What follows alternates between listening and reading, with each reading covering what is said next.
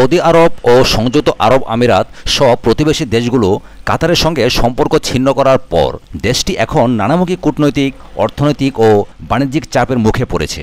কাতারে কাজ করছে প্রায় 3 লাখের মতো বাংলাদেশি। তাদের মধ্যে বিভ্রান্তি তৈরি হয়েছে কাতার বাংলাদেশি বিশেষ করে শ্রমিকদের ফেরত পাঠাবে কিনা। কাতারের রাজধানী দুবাইয়ে থাকেন বাংলাদেশি কর্মী কাজী মোহাম্মদ শামীম। তিনি বলেছিলেন, বাংলাদেশি শ্রমিক যারা কাজ করেন তাদের মধ্যে পুরোপুরি ভীতি তৈরি হয়ে গেছে আজকে থেকে। এর পাশাপাশি বেশ কিছু গুজব ছড়িয়ে পড়েছে। গুজবটা কি? তিনি বলেছিলেন বাংলাদেশিরা কাতারে থাকতে পারবে না, চলে যেতে হবে, এমন একটা ভীতি কাজ করছে। সৌদি এবং দুবাই সরকার লোকজনকে নিয়ে যাওয়ার জন্য বলেছে, তাই বাংলাদেশিদের মধ্যে কানাঘুষা চলছে। হয়তোবা বাংলাদেশিদের পাঠিয়ে দেবে কাতার। শ্রমিকরা ভয় পাচ্ছে, এত টাকা খরচ করে এসেছে, এখন ফেরত পাঠালে পরিবার নিয়ে দেশে বিপদে পড়বে সবাই। 2 জন নির্মাণ শ্রমিক জানিয়েছেন তাদের বলে দেওয়া হয়েছে আজ বুধবার থেকে যেন তারা কাজে না যায়। কাজী মোহাম্মদ শামীম যে প্রতিষ্ঠানে কাজ করেন সেখানকার উদাহরণ দিয়ে তিনি বলেছেন তাদের পণ্য আসে দুবাই থেকে, সেটা এখন বন্ধ আছে।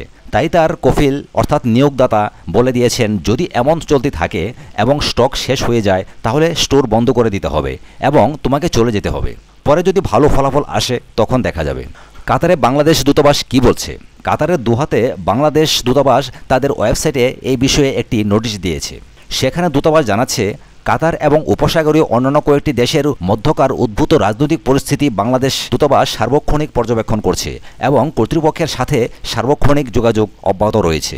দূতাবাস বলছে পরিস্থিতি কাতার সরকারের সম্পূর্ণ নিয়ন্ত্রণে রয়েছে এবং এই ব্যাপারে অহেতুক আতঙ্কিত হওয়ার কোনো যৌক্তিক কারণ নেই বলে দূতাবাস মনে করে। খাদ্যের দাম বেড়েছে। এই সংকট শুরু হওয়ার পর সেখানে অনেক মানুষ উদ্বিগ্ন হয়ে বাজার থেকে খাদ্য সামগ্রী কিনতে শুরু করায় জিনিসপত্রের দাম বাড়তে শুরু করেছে। সৌদি আরব এবং দুবাই থেকে পণ্য নিয়ে মূলত কাতার ব্যবসা বাণিজ্য করে।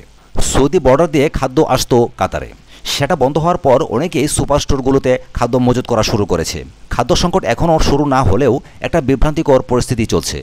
মিস্টার শামীম বলছেন গতকাল সকালে আলু কেজি প্রতি 3.5 রিয়াল দিয়ে কিনেছেন, কিন্তু বিকালে সে দাম বেড়ে হয়েছে 5 রিয়াল।